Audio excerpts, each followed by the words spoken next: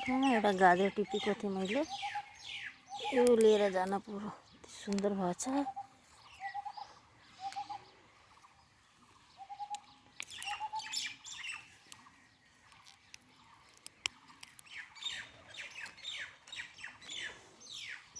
दुईटा तिनटा लिन पर्यो।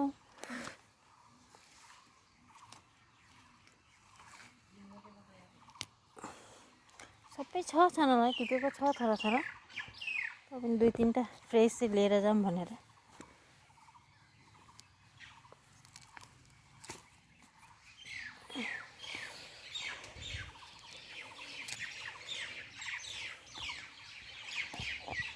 फुलकोपी लिएर जान पर्यो।